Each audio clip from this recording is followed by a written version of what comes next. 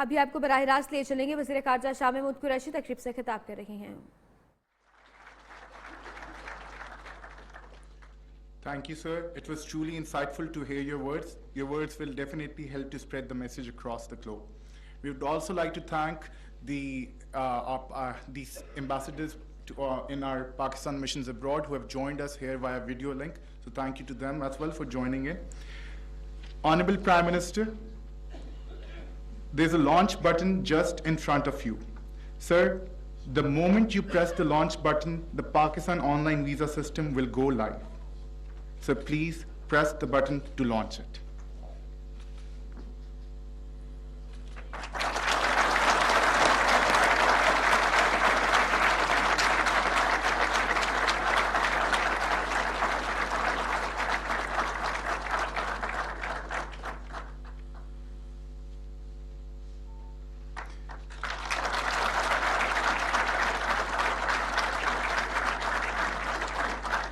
Congratulations to everyone. Before the Prime Minister makes his speech, the Prime Minister will honor the core team which has worked relentlessly and put in extreme hard work to ensure that Pakistan visa online system is ready and launched today. Honorable Prime Minister, sir, please, if I can request you to come here so that we can begin with the shield distribution ceremony. Ji, sir. I would request the Federal Minister of Foreign Affairs, Shah Mahmood Qureshi, to please receive his shield from the PM.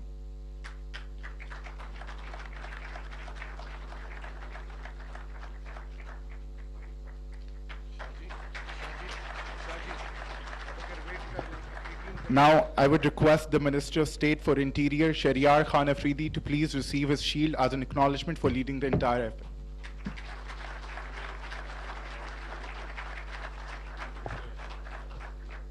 I would request the Secretary for Interior, Major Retired Azam Suleiman Khan, to please receive his shield.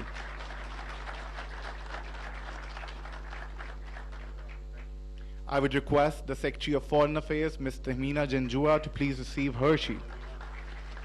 On line visa اجرا کی تقریب آپ براہ راست ملاحظہ فرما رہے تھے. اب یہاں وقت ہوا ایک بریک کا.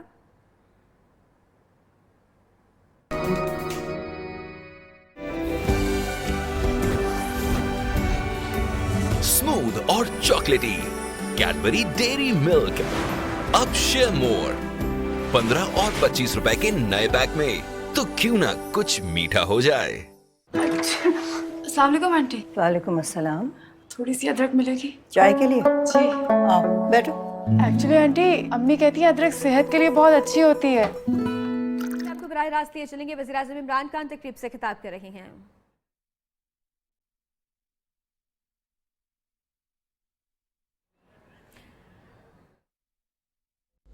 ابھی لوگوں کو اندازہ نہیں ہے کہ یہ ایکچولی بہت بڑا چینج ہے. آج کئی دفعہ جب چینج شروع ہوتا ہے وہ کہتے ہیں نا چائنیز پروورب ہے کہ to take a 1000 mile journey you have to take the first step.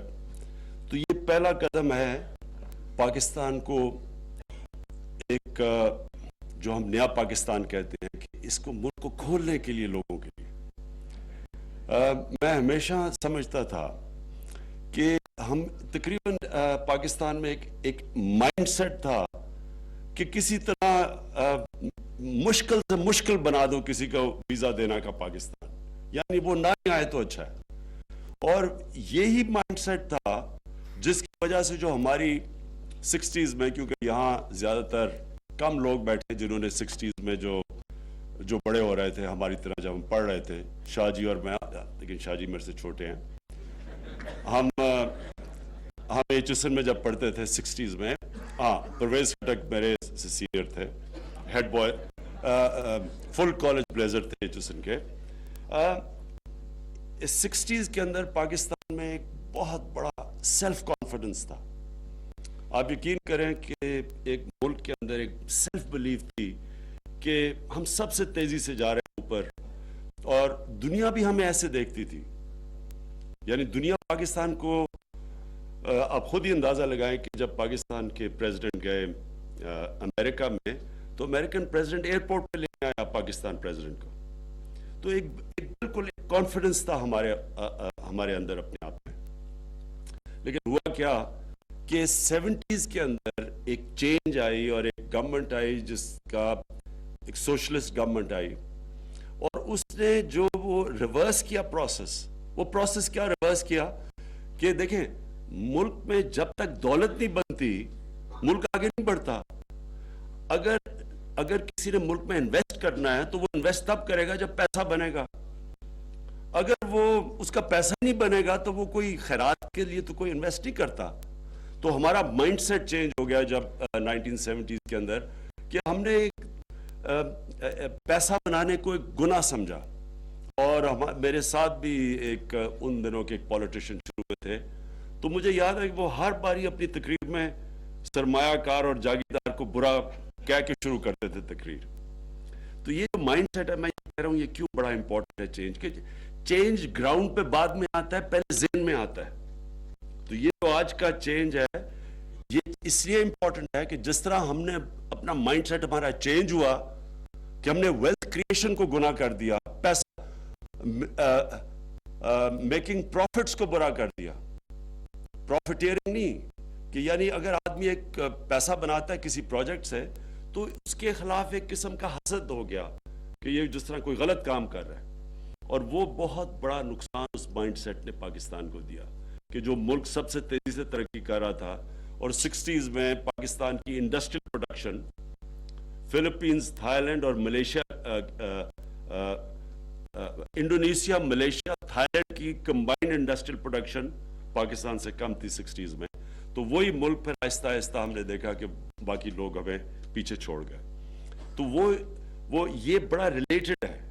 یہ جو ویزا رجیم ہے جو کھول رہے ہیں پاکستان کو, ایک کانفیڈنس ہے پاکستان میں اب کہ ہمیں کوئی سیکیورٹی کے ایشوز نہیں ہیں, کہ ہم سارا وقت NOC, یہاں سراج الملک بیٹھے ہوئے ہیں چترال سے, ان سے پوچھیں کتنا مشکل تھا فورنرز کو اتنی خوبصورت جگہ چترال جانے کے لیے, کیونکہ ان کا بڑا زبردست ہوٹل ہے, تو اس کے لیے وہاں جانے کے لیے کتنی ان کو پرابلمز ہوتی تھی, NOCs لینا مشکل, لوگ یعنی آلموسٹ کہ لوگ نہ جائیں. تو یہ جو مائنڈ سیٹ ہے جس طرح ہم نے اب چینج کرنا ہے کہ انویسٹرز کے لیے کہ لوگ آ کے پیسہ بنائیں پاکستان میں, اس سے ریلیٹڈ ہے پاکستان کا ویزا رجیم آسان, جو آج ہم نے آن لائن ویزا کا یہ جو جس کی میں مبارک دیتا ہوں پھر سے انٹیریئر منسٹر کو خاص طور پہ, کہ یہ وہی مائنڈ سیٹ ہے آپ کہ لوگ آئیں, جب لوگ آئیں گے تو ان کو پتہ چلے گا پاکستان میں کیا پوٹینشل ہے. ہم 60s کے اندر ہمارے پاس ہمارا ایک ابھی وہ فوت ہوئے ہیں ہمارے ٹیچر ہوتے تھے میجر لینگلنز, وہ ہمیں 60s میں لے کے جاتے تھے ٹریک پہ ناردرن ایریاز میں. تو ہم بڑے خوش قسمت تھے کیونکہ ہم نے وہ علاقے دیکھے, تب تو کارکرم ہائی وے بھی نہیں تھا. تو ہمیں وہ جو ٹریکس پہ ہمیں جو جگہ دیکھی, اور ان دنوں میں ہنزا دیکھا اور دیر اور یہ گلگت, اور ان دنوں میں بڑی مشکل تھا ٹریولنگ. تو تب ہمیں وہ میجر لینگلنڈز لے کے جاتے تھے اسکول کے ٹریک سے. تو جب کرکٹ سے مجھے موقع ملا تو میں یہاں لوگوں کو کہتا تھا یہ ناردرن ایریاز میں جاؤ, تو کوئی پاکستانی یہاں لوگ ہمارے ساتھ ہی جاتے تھے.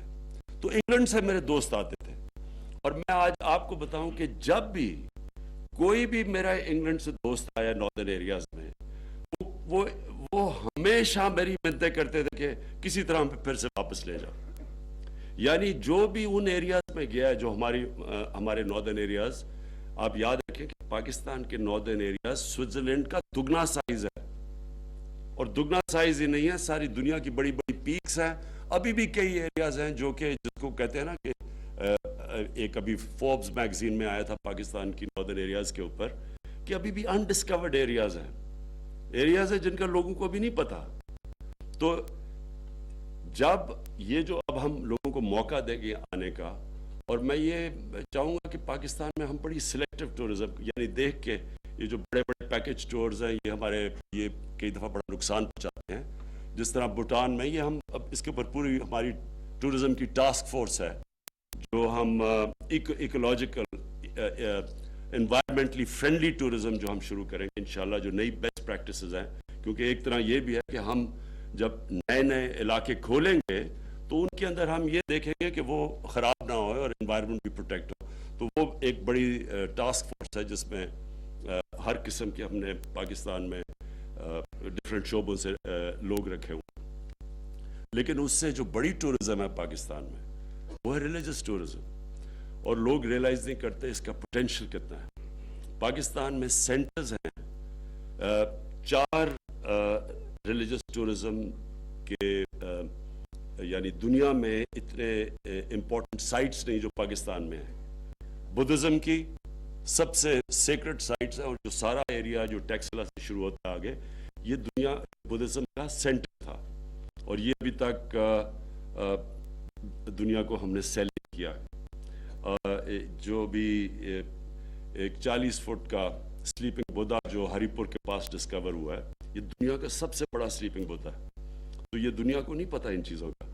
اس کے علاوہ سکھزم کا تو ہمیں پتہ ہے, کرتارپور اور پھر ننکانہ صاحب. لیکن ہندوازم کی بہت پرانی سائٹس ہیں, کٹاس راج ہے اور بڑی پرانی سائٹس ہیں. اور اس کے علاوہ صوفیزم, یہ جو سارا اسلام اس خطے میں پھیلا تھا, اس میں بڑے بڑے ہمارے صوفی بزرگ تھے, اور ان کے عرس ہوتے ہیں, اور یہ ساری چیزیں اب ہم مارکیٹ کریں گے. اس کے علاوہ جو ہماری بیچ ٹورزم ہے وہ بالکل انیکسپلورڈ ہے, اور اس کے اوپر بھی انشاءاللہ بھی ہم شروع کر رہے ہیں کہ لوگ آ کے انویسٹرز انٹرسٹ ہے اس کے اندر, بڑے پوٹینشیل ہے ڈیولپ کرنے کا. اور پھر جو اینشنٹ سائٹس ہیں پاکستان کی, جو پشاور ہے, لوگ ریئلائز نہیں کرتے کہ دنیا کی اولڈسٹ لیونگ سٹی ہے پشاور. جو اس کا سینٹر ہے پشاور کا, وہ 2500 سال پرانا ہے, اور وہ اس کے اوپر ابھی ایک جرمنز کے ساتھ, ان کی جرمن ایمبیسڈر ہیں یا نہیں, ان کے ساتھ ایک ایریا ڈیولپ کیا جس کے لیے ٹورزم کے لیے کھول رہے ہیں. اور پھر موہنجو دارو ہے, پھر لاہور ہے, یہ پرانے ملتان پرانے شہر ہیں. تو یہ ہم اب اس کو پوری طرح ان ساری ٹورسٹ ان کو میپ پہ لے کے آئیں گے, پوری ان کی ویب سائٹ بنے گی تاکہ لوگ دنیا سے باہر سے بک کر سکتے ہیں جگہ, اور انوویٹو طریقے ڈھونڈ رہے ہیں, لوگوں کو بھی موقع دے رہے ہیں کہ لوگ ان کو لونز دیں گے کہ لوگ ناردرن ایریاز میں اگر ہمارے پاس رہنے کی جگہ تو ان کے لیے ایکسٹرا روم کے لیے ان کو سستے قرضے دیں گے تاکہ وہ اپنے گھر کے ساتھ ایک ایکسٹرا روم بنائے تاکہ ٹورسٹ ٹھہر سکے.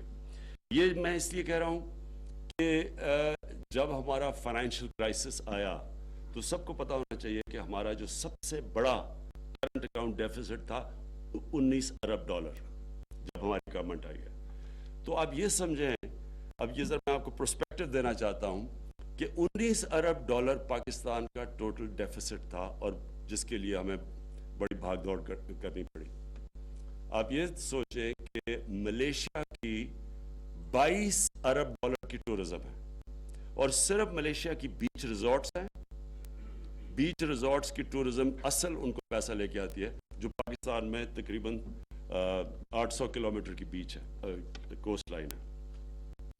ترکی کی 40 ارب ڈالر کی ٹورزم ہے, اور ان کی ہسٹوریکل ٹورزم بھی ہے, اور ان کی میڈیٹرینین کے ساتھ ساتھ بیچ ٹورزم بھی ہے. تو پاکستان کے پاس 4 مختلف چیزیں آفر کرنے کے لیے. اور جو سکینگ ہے پاکستان میں, لوگوں کو آئیڈیا نہیں ہے کہ دنیا میں ایسی سکینگ نہیں ہے جو پاکستان میں جس طرح کی سکینگ سلوپس ہیں. اور اس کی وجہ یہ ہے کہ پاکستان کا جو گریڈینٹ ہے سب سے K2 سے لے کے سمندر تک, وہ سب سے سٹیپ ہے. اس کا مطلب سارے راستے میں مختلف موسم بھی ہیں, اور ہمارے سکینگ کے لیے بھی بڑی ریزورٹس ہیں. تو یہ جو آج ہم کوشش کر رہے ہیں, یہ جو ہم نے کیا ہے, یہ بگننگ ہے.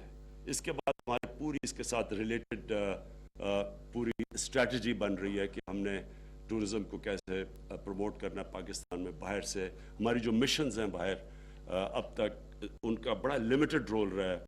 اب ہم ان کو انسسٹ کریں گے, شاہ جی اور تیمینہ اس کے اوپر پورا کام کر رہے ہیں کہ وہاں کے جو ہماری جو باہر کی ایمبیسیز ہیں ان کو ہم باقاعدہ رول دیں گے انویسٹمنٹ کے لیے بھی اور ٹورزم پروموشن کے لیے, اور اس کے سب سے زیادہ جو ہمارے اوورسیز ہمارے جو ورکرز ہیں ان کو سروس کرنے کے لیے. تو میں پھر سے مبارک دیتا ہوں انٹیریئر منسٹری کو, فارن منسٹری کو, اور میں یہ سمجھتا ہوں کہ یہ پاکستان میں بہت بڑا سٹیپ لیا گیا ہے. اور یہ اچھا, یہ لوگ اس کے اوپر